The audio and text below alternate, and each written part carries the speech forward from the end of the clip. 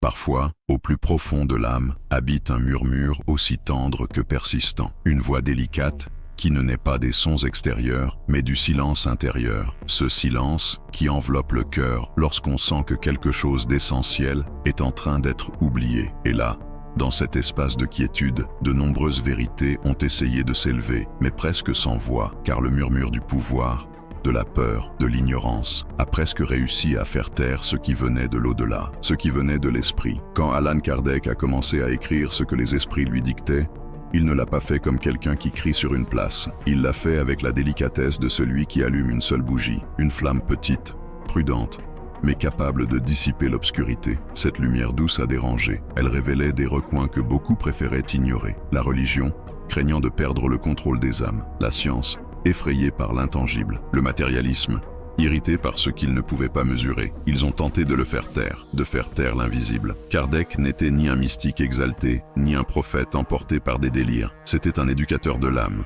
Un homme qui croyait que la vérité devait passer par le cœur, mais aussi par la raison. Ainsi, quand des voix contraires surgissaient, il ne répondait pas avec colère. Il soutenait chaque affirmation par des questions, des analyses, des exemples clairs. Mot après mot, il a construit un pont entre ce monde-ci et l'autre. Un pont qui a failli être détruit, avant même d'être traversé. Les premières manifestations spirituelles ont été ridiculisées. Certaines furent brûlées, d'autres dissimulées par peur. Les cahiers où les médiums avaient inscrit des messages venus de l'au-delà, jetés dans l'oubli comme de simples gribouillis. Mais derrière ces lignes se cachait le murmure de l'éternité, cherchant à consoler une humanité perdue dans son propre ego. La voix de l'esprit a été longtemps une voix étouffée, comme si l'âme du monde voulait parler, mais portait un bandeau maintenu par la peur, une peur ancienne de regarder en soi. Car lorsqu'on s'arrête pour regarder avec clarté, on ne découvre pas que de la lumière. On y voit aussi des ombres, des erreurs, des fautes, des blessures non guéries. Et la majorité préfère le vacarme des certitudes vides,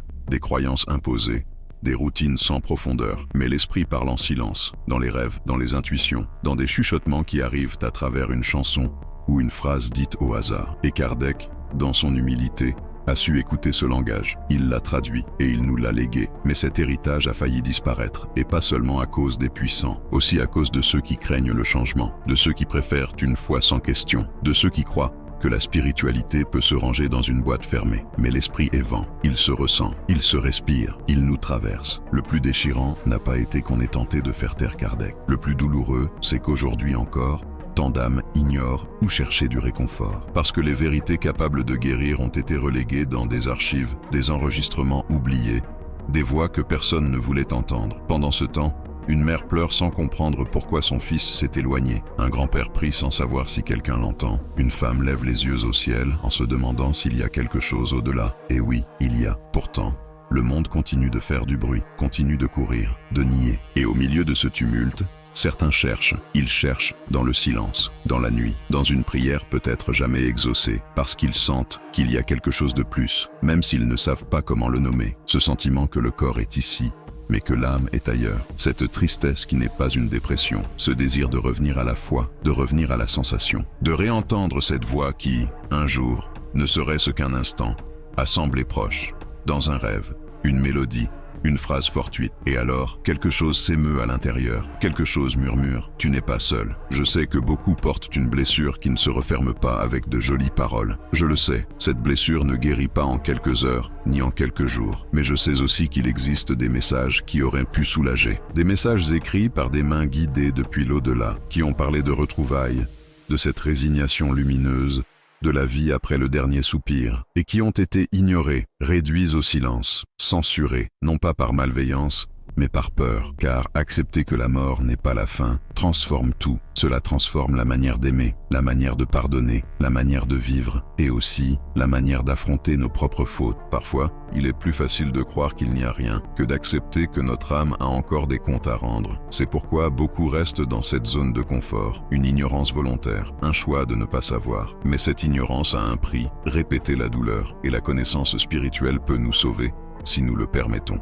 Notre cerveau, avec son amour du familier, rejette ce qui est incertain. La dopamine nous ancre dans ce que nous connaissons. Le système limbique redoute l'inconnu. Mais l'esprit est plastique. On peut apprendre à écouter l'invisible. Le chemin spirituel commence quand on reconnaît qu'il y a plus que le matériel. Quelque chose qui ne requiert pas de preuves, juste de l'ouverture. Et beaucoup de ces voix reviennent, des lettres retrouvées des décennies plus tard, apportant un réconfort tardif mais profond à des familles brisées par le silence. Une mère qui dort enfin en paix, après avoir lu un mot de son fils disparu. La vérité spirituelle ne se perd pas, elle attend simplement le bon moment. Chico Xavier affirmait que la vérité trouve toujours son chemin, qu'aucune ombre ne dure éternellement, que les âmes qui se sont aimées se reconnaissent, même en traversant des vies, et même si l'on tente de les faire taire, les vérités de l'esprit ne disparaissent pas, car elles ne naissent pas dans les livres, elles naissent dans la conscience. Aujourd'hui, ces enregistrements, ces documents, ces voix dérangent toujours, parce qu'ils défient les structures, parce qu'ils nous rappellent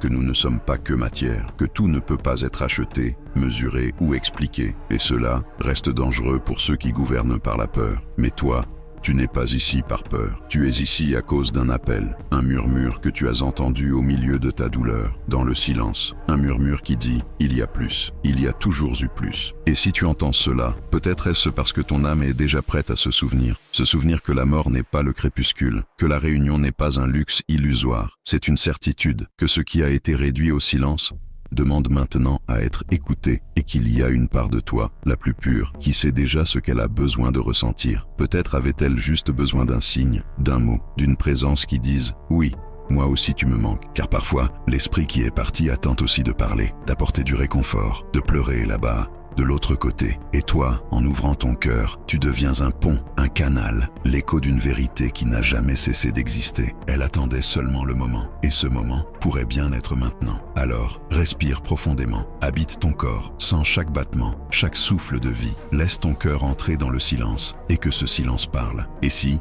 à un moment donné, une larme coule sans prévenir, ne l'arrête pas. Ce n'est peut-être pas de la tristesse, c'est peut-être ton âme qui remercie de ne pas avoir oublié, qui remercie de chercher, qui remercie d'avoir écouté. Si ce message a touché ton cœur, ne le garde pas pour toi, fais-le circuler, permets à cette vérité de résonner, que cette flamme ne s'éteigne pas, car il y a beaucoup d'âmes, là dehors, qui attendent que ce qui a failli être réduit au silence soit enfin entendu, car lorsqu'une vérité a été niée trop longtemps, elle ne crie pas, elle attend dans le cœur blessé de celui qui cherche sans savoir exactement quoi. Elle attend dans les nuits silencieuses où la douleur empêche de dormir. Elle attend dans les yeux de celui qui a perdu un être cher et ne comprend toujours pas pourquoi. Et alors, quand l'âme s'ouvre, ne serait-ce qu'un peu, la vérité entre, pas comme un éclair, mais comme une brise, non pour s'imposer, mais pour accompagner. C'est ce qui s'est passé quand le spiritisme est né. Il est né comme une réponse à la douleur humaine, pas comme une doctrine froide, mais comme une consolation tiède qui s'approchait de l'oreille du souffrant et disait « Ton être aimé n'a pas disparu, il a juste changé de pièce ». Mais cette vérité dérangeait. Elle dérangeait parce qu'elle retirait le contrôle, parce qu'elle libérait. Et quand une vérité libère, le pouvoir tremble. C'est pourquoi, dès ses premiers jours, la doctrine spirit fut attaquée, ridiculisée, réduite au silence, non par manque de preuves, mais parce qu'elle touchait l'âme, parce qu'elle disait que tu n'as pas besoin d'intermédiaire pour parler avec Dieu, parce qu'elle révélait que l'amour ne s'interrompt pas avec la mort, parce qu'elle enseignait que chaque acte a des conséquences. Et cela oblige à s'éveiller. La peur de l'éveil spirituel a conduit beaucoup à vouloir détruire les premiers écrits, discréditer les médiums, transformer les réunions en scandales. Mais la vérité a un pouvoir particulier. Plus on essaie de la cacher, plus elle grandit dans le silence. Et dans ce silence, beaucoup d'âmes ont commencé à ressentir, à sentir qu'il y a quelque chose de plus, que la matière n'explique pas tout, qu'une présence invisible les accompagne, qu'une larme sur le visage peut être un signe, qu'un rêve peut être un message. Certaines personnes, dans leur quête de réponse, ont trouvé de vieux enregistrements, des psychographies oubliées, des récits que personne ne voulait entendre. Et en les lisant, quelque chose en elle s'est éveillé, comme si une partie endormie de l'âme se réveillait, parce que ces mots n'étaient pas que des lettres, c'étaient des échos de l'au-delà, des échos d'un amour qui ne meurt pas. Mais il y en eut aussi qui résistèrent, qui préférèrent ne pas savoir, qui nièrent ce qu'ils ressentaient, qui rationalisèrent les signes, qui appelèrent coïncidence ce que leur cœur savait être bien plus, parce qu'il est plus facile de vivre sans question que d'affronter les réponses qui transforment. Et pourtant, la douleur a un pouvoir, le pouvoir d'ouvrir, de fissurer l'armure, de laisser entrer la lumière. C'est pourquoi beaucoup viennent au spiritisme, non par curiosité, mais par nécessité, parce qu'ils ont perdu quelqu'un, parce qu'ils ne trouvent pas de réconfort dans ce qui est conventionnel, parce que leur âme appelle quelque chose de plus. Et ce quelque chose de plus est ici, dans les enseignements qui ont failli être réduits au silence, dans les livres qui ont failli ne pas être publiés, dans les enregistrements qui ont failli être perdus, dans les messages qui ont survécu parce que quelqu'un, un jour, a décidé de ne pas abandonner, parce qu'il y a des histoires vraies, des histoires de mères ayant reçu des messages de leurs enfants, de pères ayant rêvé d'un adieu qu'ils n'avaient pas pu faire, d'enfants revenus sous forme de murmures, de câlins invisibles, de parfums soudains. Et ces histoires ne sont pas des fantaisies, ce sont des ponts qui relient deux mondes qui n'ont jamais été aussi séparés qu'on l'a cru. Emmanuel, l'esprit guide de Chico Xavier, a souvent parlé de l'importance de garder une moralité élevée pour protéger la médiumnité, parce que les pensées sombres, la haine, le ressentiment peuvent altérer le canal, et lorsque le canal est contaminé, la vérité se trouble. C'est pourquoi être un canal pur est un travail d'amour, de renoncement, de foi. Et Chico était ce canal. Il était cette voix qu'on n'a pas pu faire taire, même s'il fut attaqué, même s'il fut humilié, même s'il porta des douleurs qu'il ne méritait pas. Il a continué, parce qu'il savait que ce qu'il offrait ne venait pas de lui. Cela venait du ciel, des mères en larmes, des enfants partis trop tôt, des esprits qui avaient encore besoin d'être entendus. Certains disent que la mort est la fin, mais ceux qui ont ressenti la présence d'un être cher déjà parti savent que ce n'est pas vrai, parce qu'ils ont entendu leur voix dans un rêve, parce qu'ils ont senti leur étreinte dans une brise, parce qu'ils ont reçu des signes inexplicables par la logique, mais que l'âme comprend. La peur du spirituel ne vient pas de l'âme, elle vient de l'ego.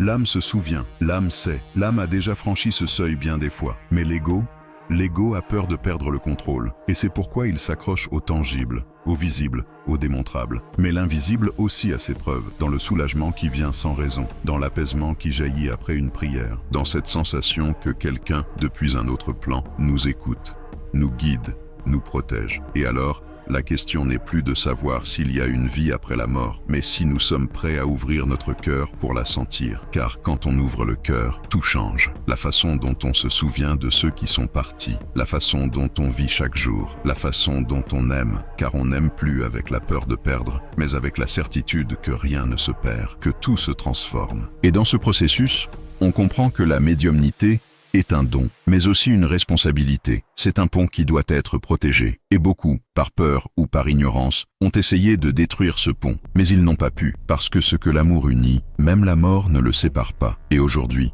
toi, tu es ici, à écouter ces mots, pas par hasard, pas par coïncidence. Tu es ici parce que ton âme s'est souvenue. Elle s'est souvenue qu'il y a plus. Elle s'est souvenue que tu n'es pas seul, que ceux que tu aimes sont toujours avec toi, pas sous la forme que tu voudrais, mais dans l'essence qui ne meurt jamais. Alors, n'aie pas peur du silence, parce que dans le silence, l'esprit parle. Et si tu écoutes attentivement, tu entendras sa voix, pas avec les oreilles, mais avec l'âme. Et peut-être, à cet instant, comprendras-tu que ce qui a failli être réduit au silence peut maintenant être entendu. Et que toi, tu peux être l'oreille que le ciel attendait.